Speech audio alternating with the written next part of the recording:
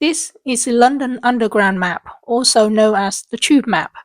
Most Londoners call the London Transportation Network the Tube. I guess that's because the underground tunnel connecting the network deep down under the ground is kind of round spherical shape, looking like a tube. Here's an example of a typical underground train platform. This is where you wait for the train to come in. This you can see here is Euston Station. And if you look at the top, up on the ceiling there, you can see it's fairly curved and rounded. And if you look straight ahead right at the end, you see a great big black hole in the middle there. Or that is the tunnel where the train will come in and out from. So you can see it's fairly round and circular. That's why most of the underground trains are fairly round and circular. This is a typical example of an underground tunnel. This is where you walk through to navigate from one platform to another. And you can see it's very rounded. And here comes a train. So this train is pulling in to the station, and you can see there's a platform there, people waiting.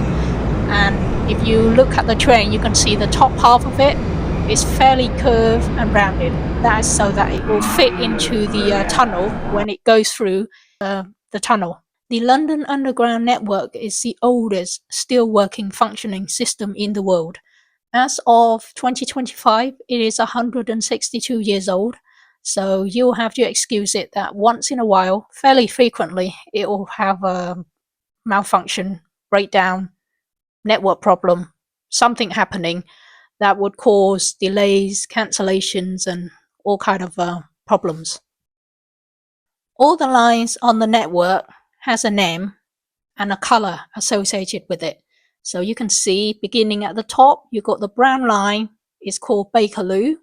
The red one is the Central line. The yellow one is a Circle line. Green one, District. And then the pink one is Hammersmith and City, and so on until you come down to Waterloo and City. Now all these are underground lines, and you can tell they're underground because all the lines are solid all the way through down to Waterloo and City. And then below that, you've got DLR, Elizabeth Line, London Overground, London Trams, and so on. All these are not solid line, they're hollow.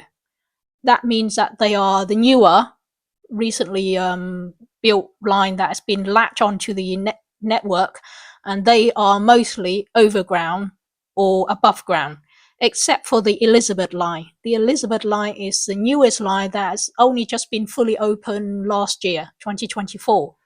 And the Elizabeth line also run mostly overground, except when it comes into central London. When it comes into central London, a lot of it does go under the ground, but otherwise it's mostly above ground as well. I mentioned previously the London Underground is the oldest in the world. I should also say that it is also the most expensive in the world. It's very expensive. And how do they charge you? This is how you get charged. If you look at the map, you can see there are two different shades on the map. You have the white big blob in the middle there. That is zone 1. You can see there's a number 1 dotted about around there. And then a bit further out, the grey shade is zone 2. And you can see number 2 dotting about around this zone 2. And then further out, it's white again, and that is zone 3. And so on and so forth until you get all the way out to zone 9. So you will be charged according to the distance you travel. So as you cross from one zone to another, you get charged extra for each zone you cross on the map. Alright, here is an idea of how much you'll be charged for using the London Underground tube system. Now this is only for the system on the map that I showed you earlier. This is not for the bus. The bus is totally different. It's not in this video, so ignore the bus. The fare is from the 5th of March 2023. Normally, every year around about March, April is when the fare will go up. It always goes up, never down. However, in March, April 2024, there was a price freeze. So the price remains the same as it was in March 2023. Therefore, later on, by the time you get to use it, price probably would have gone up by then. But here, just a very simple example to give you an idea of how much it will cost you. As you can see, it tells you here, if you need to travel from somewhere in Zone 1 and you need to get to a station which is located in Zone 4, it will cost you £3.20 off-peak, and peak hours, it will be £4.40. Now, off-peak means it's not so busy, when there's not so many people using the system. And peak hours are when it's the rush hour, when people go to work or come home from work. I will tell you what those times are later on, but for now, just know there are two different timing, and there are two different prices for these two different times. And next is Zone 1 to Zone 5, or vice versa. If you need to get from Zone 5 to Zone 1, it will be £3.50 off peak, £5.10 peak. And then Zones 1 to 6, or Zone 6 to Zone 1, it will be £3.60 off peak, £5.60 peak hours. For example, if you need to go somewhere from Zone 4 into Zone 1, but you need to go during the peak hours, the busy hour, that will cost you £4.40. But then when you need to make the journey, return journey from Zone 1 back out to Zone 4, and if you can do it during the off-peak hours, then that will cost you £3.20. Therefore, together, the two journeys would have cost you £4.40 plus £3.20, that would be £7.60. Alright, let's do another very quick example to show you how the fare works. So let's say you are at King's Cross St Pancras Station, which is here on the Northern Line, and you need to get all the way to Edgware, right at the end of the Northern Line. So you would take the Northern Line train from King's Cross St Pancras over to Edgware. King's Cross is in Zone 1, Edgware is in Zone 5. So that's how you work out how much it will cost you from Zone 1 to Zone 5. And also depend on whether you go during peak hours or off-peak hours. And here is the timing, peak or off-peak, according to the Transport of London website. You will have to have a good read through it, digest it, and understand it, because it's so complicated, all these different charging systems. Sometimes it feels like you need to be a brain scientist to understand all this, but at the very basic level, peak fares are Monday to Friday between 6:30 in the morning and 9:30, and then in the afternoon, evening, between 600 hours to 1900 hours. Outside of those hours are off-peak. Also, weekend, Saturday, Sunday, and public holiday is also off-peak. However, at the bottom here it said all Tube and Elizabeth Line journeys to and from Heathrow Airport are charged peak fares if they start, end, or go through Zone 1. So that's another something different there. Very convoluted, complicated fare system. We are coming back to the underground map, and you can see on the west side of the underground map, down the bottom here, is Heathrow Airport. And if you look at it, it's got a number 6 there. That means Heathrow Airport is in Zone 6. And from Heathrow Airport, there are two different lines that go through London. Two different lines that will take you into central London. One of them is Piccadilly Line. Now, Piccadilly Line is the old original underground line. And then the other one is the Elizabeth Line. The Elizabeth Line is a brand new line that's just been opened only last year in 2024. Both of them will take you through to central London. The older Piccadilly Line is the original underground line that goes to Heathrow Airport. And because the line being so old, it's 150, 60 years old, it's slower, not so clean and efficient, but it's cheaper. Also, in the summer, there's no air conditioning on these old underground lines, so it could be quite hot and stuffy. The newer line, the Elizabeth Line, that's the newer one, much more efficient, cleaner, modern, spacious, and has air conditioning, so very nice and comfortable in the summer. Because it is a newer modern line, it is much faster.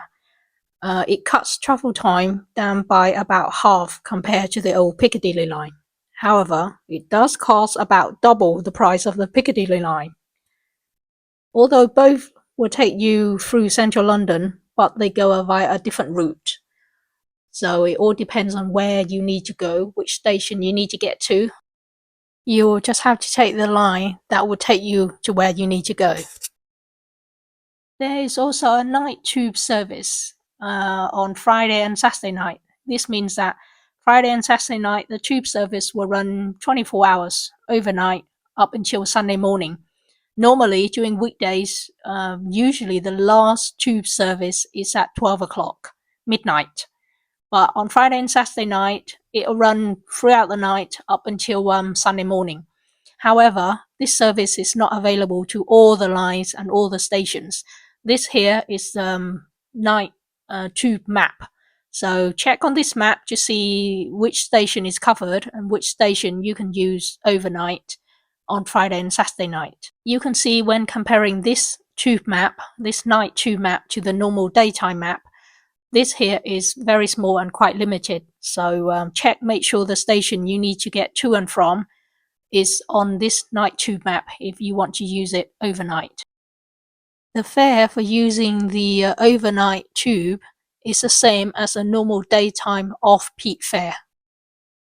For those who are not familiar with how the London transportation network works, who've never been to London before and not familiar with it, I would advise you to use either your contactless card or buy the London Oyster travel card. If the contactless card was issued by a UK bank, then it would always work, no problem. Shouldn't have a problem with using it. However, for many overseas foreign travelers who come to London, your foreign issued bank card, for some reason, a lot of the time it doesn't work.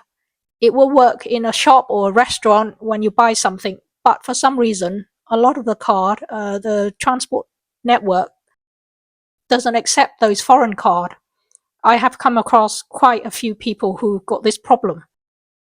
Or sometime your bank will charge you a fee for using your card on the network. In that case, it's best to buy an Oyster card.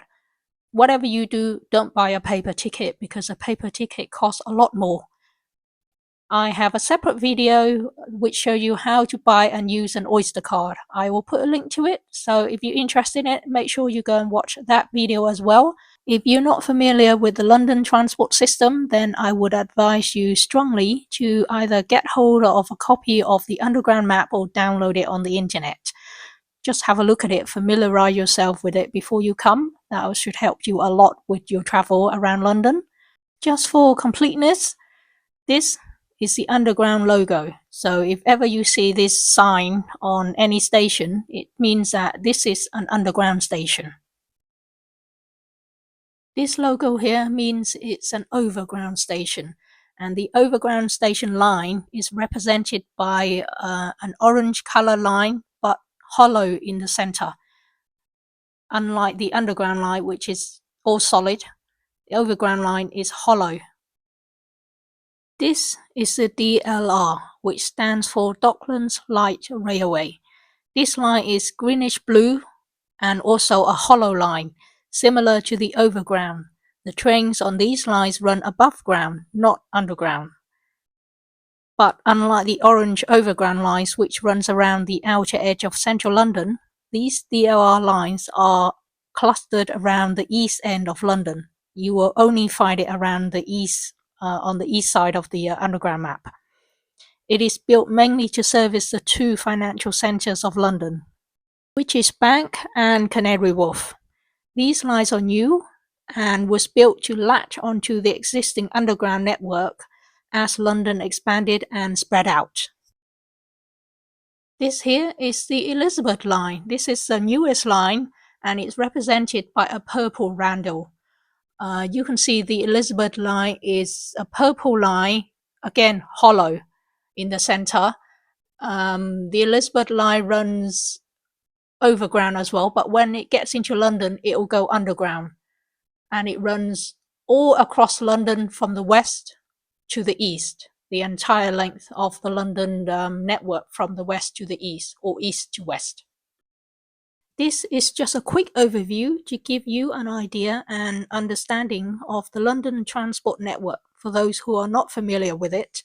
Feel free to leave comments and questions below. I will do my best to answer. Thank you for watching, and don't forget to like, share and subscribe to my channel.